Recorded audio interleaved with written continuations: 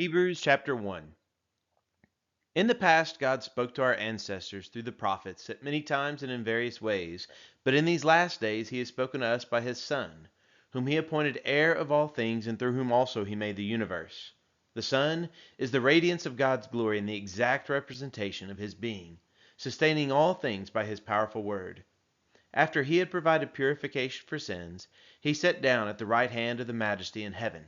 So he became as much superior to the angels as the name he has inherited is superior to theirs. For to which of the angels did God ever say, "You are my son, today I have become your father"? Or again, "I will be his father, and he will be my son"? Today, as we look at the book of Colossians, we are going to be talking all about Jesus Christ himself. And for those of you who like what I did last week and giving you some extra chapters to take a look at and maybe do a little extra studying, if you want some extra reading for this week, take a look at Hebrews chapter 1 and 2 together. Just, read them all together. It's really not that many verses. And then also read John chapter 1, the first like 18 or so verses. So that would be like verses 1 through 18 of John chapter 1, and then Hebrews chapters 1 and 2. Those are just kind of some extra reading things if you're looking for some more information. Now, the sermon today, as I said, is going to be all about Jesus. And we are going to look at how he is the Son, how he is this image, and he is the firstborn. And all of these things are connected to his relationship with God and also what he has done for us as well.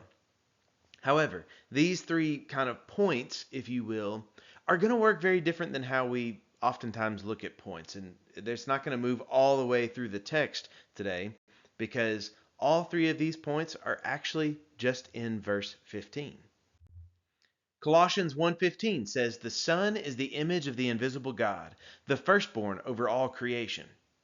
So instead of just taking each one of these piece by piece and kind of looking at a few verses here and a few verses there and working our way like that, what I'm going to ask you to do is I want you to try to hold all three of these in your mind at the same time as we continue. And let's take a look at what we can learn from each one of these. But, briefly, I want us to take a look and see how they're connected to some of these other passages. For example, I already told you about some extra reading like in Hebrews chapter 1. Well, here's a connection with that. In verse 5 of Hebrews chapter 1, it talks about how Jesus is God's Son and that relationship that he has between the Father and the Son and how important that is. But really, even more importantly than just what's stated here in the book of Hebrews about being the Son of God, we see that connection throughout John's Gospel. And I want to briefly run through some of these things with you from John's Gospel as well. So in John chapter 1, verse 14, we all know how it starts off about in the beginning was the Word, and the Word was with God, and the Word was God. Verse 14 tells us that Word became flesh and made his dwelling among us. We have seen his glory, the glory of the one and only Son, who came from the Father, full of grace and truth. So this is what we're looking at whenever we see that he is the Son. Jesus is this Son right here. Because the Word became this flesh, this human being. He lived among us, and he had this glory of the one and only Son, which, by the way, that one and only is that same phrase that you're probably familiar with from John 3:16 about the only begotten Son of God. Well, we're going to look at that too in a little bit, but it has to do with this unique nature that Jesus is not just a Son of God, because we can all be considered sons and daughters of God, but that's not what Jesus is. Jesus is a different type of Son of God. And we see that Jesus, he is this one and this only Son. He is this special Son.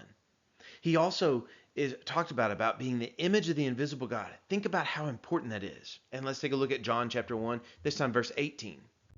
So in verse 18, John says that no one has ever seen God but the one and only Son, who is himself God and is in closest relationship with the Father, has made him known. See, this is part of the purpose of Jesus Christ coming here. The Word becoming a human being is because nobody has seen God because, well, he's invisible. How can you possibly see the invisible God that's around us? Well, it's through this image. Now, this image, this shows up on the very first page of the Bible. If you remember, whenever Adam and Eve were created, they were made in the image of God, right? We are called to reflect the image of God, to kind of reflect him into the world. But now, of course, Jesus does that perfectly. We ourselves, we don't always accurately reflect that image of God, but that's what we are called to do because that's what we were invited as human beings to do, to rule and to reign with God. That's what you see in Genesis chapter 1 whenever God talks about creating the human beings that he originally created, that Adam and Eve. So Jesus, he is that son, he is this perfect image. Now we also see this firstborn in John 3:16. That's where we're going, okay? For God so loved the world that he gave his one and only son, that whoever believes in him shall not perish, but have eternal life. So this phrase about firstborn, you might be wondering, well, why am I talking about that here? Well, it's because this phrase one and only son, it has to do with him being unique, him being important. He is different. Just like there's another passage that this phrase about one and only son is used, and that time in Hebrews 11, it's spoken of about Isaac. Now, Isaac was not actually the firstborn son of Abraham, but he was a special son. He was that son of promise. And in so many ways, that's what Jesus is. He's not the first one that was born. Uh, not really. That's not actually what it's talking about because he wasn't even the first human being who walked on this earth. He didn't come until several thousand years after Adam and Eve. But he is this firstborn over all creation. And this is a little different because he is this unique son of God. And whenever you try to take that phrase about the firstborn, and whenever you look at it, think about it even from the family of Abraham. We're kind of set up about how the firstborn gets this double portion, right? That's what the law of Moses tells us. But when you go back even to the family of Abraham, you find out that Isaac was not exactly the first one that was born to Abraham, but he was the special son of promise. And then Isaac even had a son, right? Jacob. Now, Jacob wasn't even the first one that was born, but he was this special son through which the promise was going to come. And if you fast forward several more generations, now you eventually get even to King David. Now, he didn't start off as being the firstborn in his family, but he was given that high position.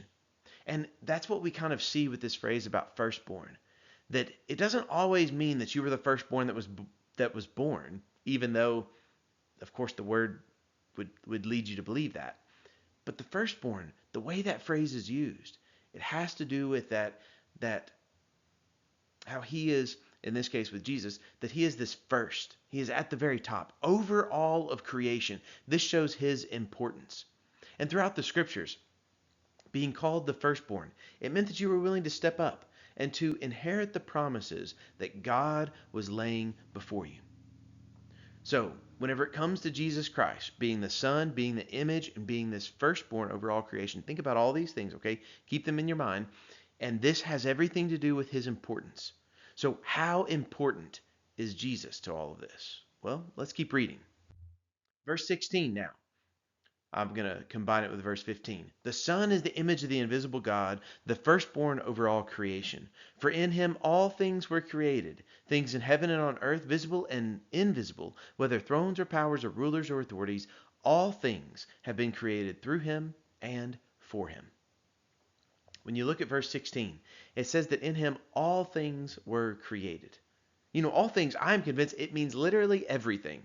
And, that's what Paul really tells us, just in case you're wondering, because he says, look, it's things in heaven, it's things on earth, it's things that you can see, it's things that you can't see. It also has to do with these thrones, these powers, these rulers, these authorities.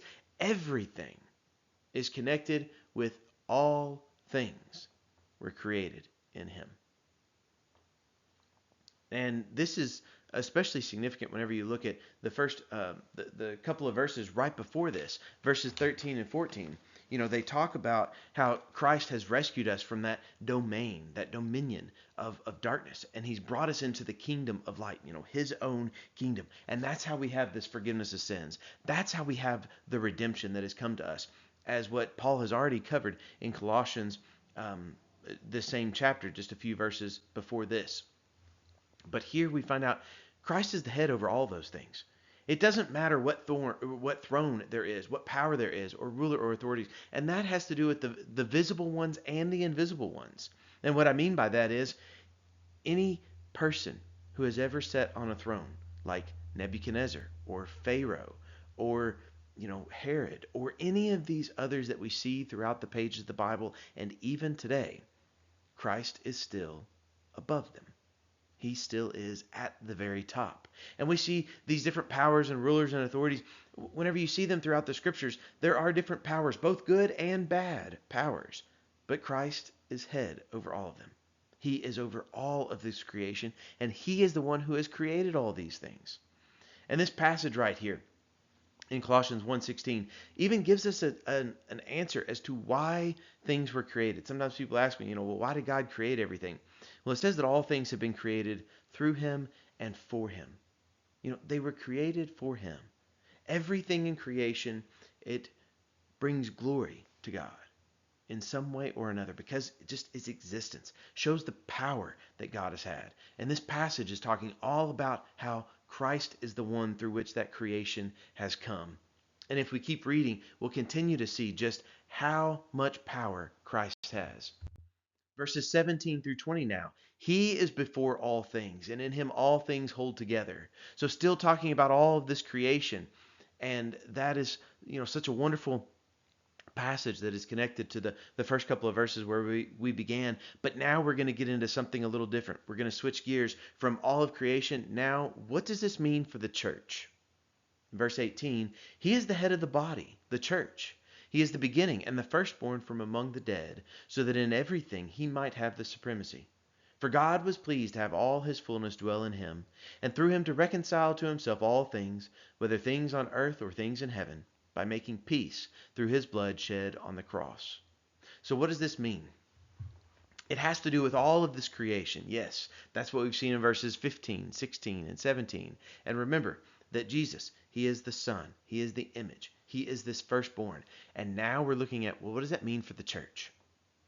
Well, whenever you look at verse 18 and here through verse 20, you see that Jesus, he has talked about being the beginning of this church. He is the one who is, once again, called this firstborn. This time not the firstborn over all creation, but this time the firstborn from among the dead. This has everything to do with the hope that we can have. Because we know that just as he came back from the dead, he promises that if we follow him, we can come out the other side of death as well. Not because of what you have done or something that because of what I have done, but because of what he has done. He is the firstborn from among the dead. He has already been through it. And he promises to carry us as well. And this shows that he has this supremacy. He's at the top. There's no one or nothing greater than Christ. In verse 18 is where we have seen those things. But now in verse 19, we find out that God had all of his fullness dwell in him. And just think about that. That has everything to do with that image of God. Because whenever Christ came, he was not only just like an image of God, like what we all are being human beings, but he was this perfect image of God because all the fullness of God dwelt within him.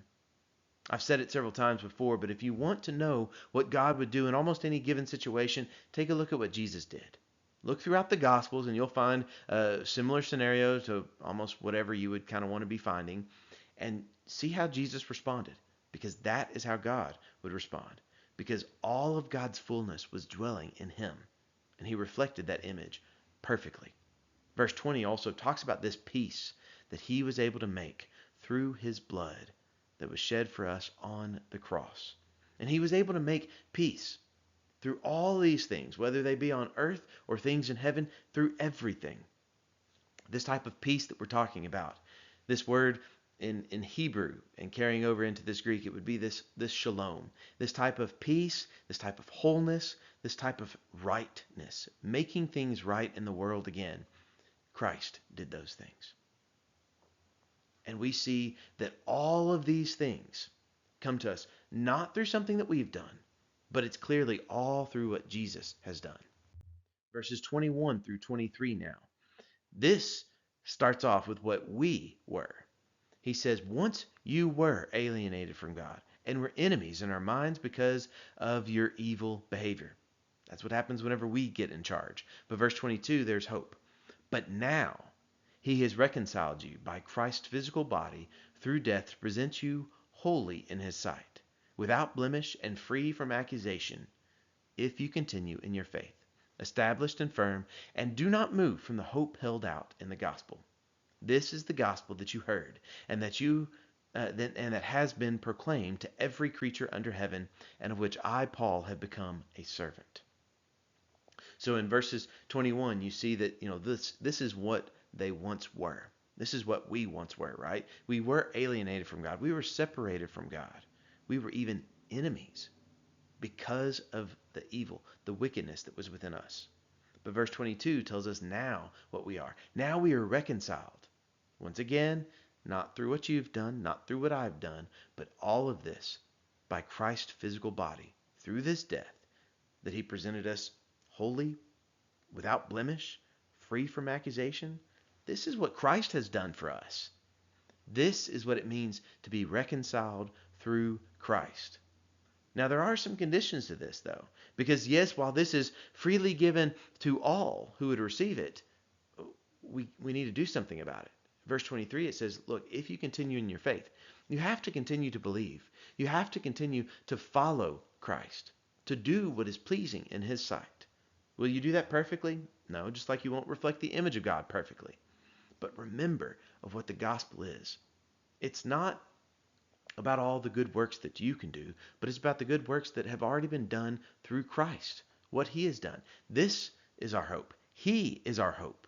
And this hope is found in the gospel message, what Christ has done for us. We looked at this last week, the gospel being the death, the burial, the resurrection, everything that Christ has done to bring us this good news that we can have hope, that we can be faithful to him, that we can follow him and be reconciled because of what Christ has done for us.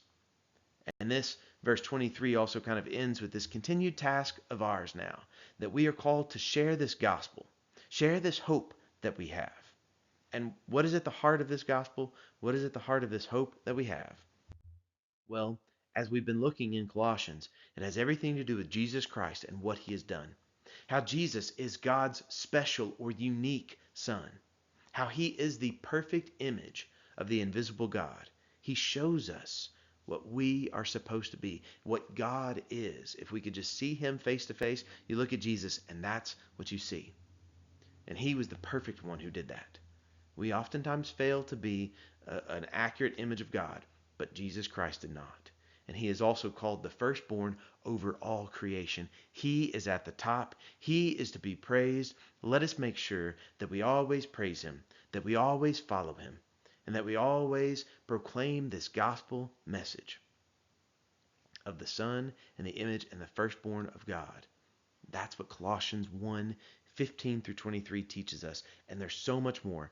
And I hope that you'll continue to stay with us as we keep looking at this wonderful book that shares all these great things about Jesus Christ and what he has done in our lives, or if you haven't yet come to him, what he can do in yours if you follow him and if you're faithful to him.